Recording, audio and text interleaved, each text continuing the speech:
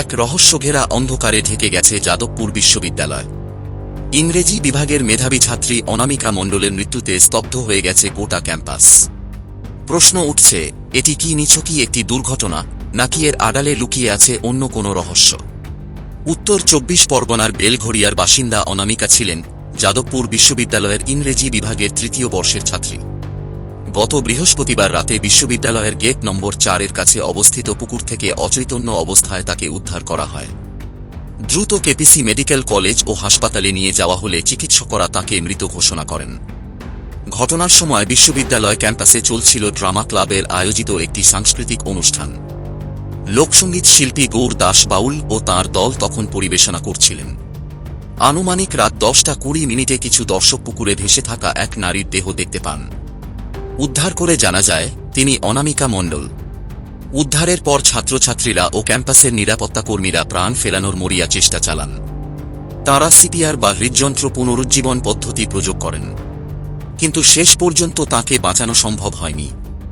চিকিৎসকদের প্রাথমিক ধারণা, এটি সম্ভবত জলে ডুবে যাওয়ার ঘটনা। তবে মৃত্যুর প্রকৃত কারণ জানতে এখন অপেক্ষা ময়নাতদন্ত রিপোর্টের। এদিকে পুলিশ ইতিমধ্যেই একটি অপ্রাকৃতিক মৃত্যুর মামলা রুজু করেছে এবং মৃতদেহ পাঠানো হয়েছে ময়নাতদন্তের জন্য। পাশাপাশি যাদবপুর থানা ও ফরেনসিক বিভাগ মিলে ঘটনার পূর্ণাঙ্গ তদন্ত শুরু করেছে। ঘটনার পর শিক্ষার্থী ও বিভিন্ন ছাত্র সংগঠন ক্ষোভ প্রকাশ করেছে। তাদের অভিযোগ, এত রাতে ক্যাম্পাসে অনুষ্ঠান চলার সময় পর্যাপ্ত নিরাপত্তা ব্যবস্থা ছিল না, এমনকি কার্যকরী সিসিটিভি মনিটরিংও ছিল না। তারা পুনরায় দাবি তুলেছে, বিশ্ববিদ্যালয় স্থায়ী পুলিশ আউটপোস্ট স্থাপন করতে হবে। অন্যদিকে কিছু সংগঠন মনে করছে বিষয়টি কেবল একটি দুর্ঘটনা নয়।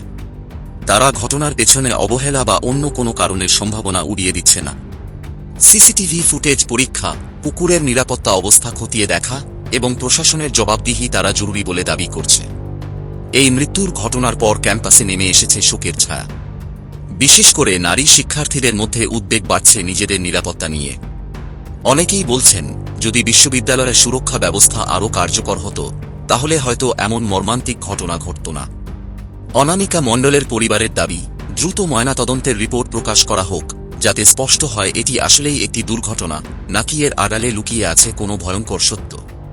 পরিশেষে একটি কথা বলা বাহুল্য যে, অনামিকা মণ্ডলের মৃত্যু শুধু একটি ব্যক্তিগত ট্র্যাজেডি নয়, বরং শিক্ষা প্রতিষ্ঠানের নিরাপত্তা ব্যবস্থার ওপর বড় প্রশ্নচিহ্ন। এই ঘটনা যেন আর কারো জীবনে না ঘটে, তার জন্য প্রয়োজন দায়িত্বশীল প্রশাসন ও কঠোর পদক্ষেপ। আমরা আশা করি তদন্তের ফল দ্রুত সামনে আসবে আর অনামিকার রহস্যময় মৃত্যুর আসল সত্য একদিন সবার কাছে পরিষ্কার হবে।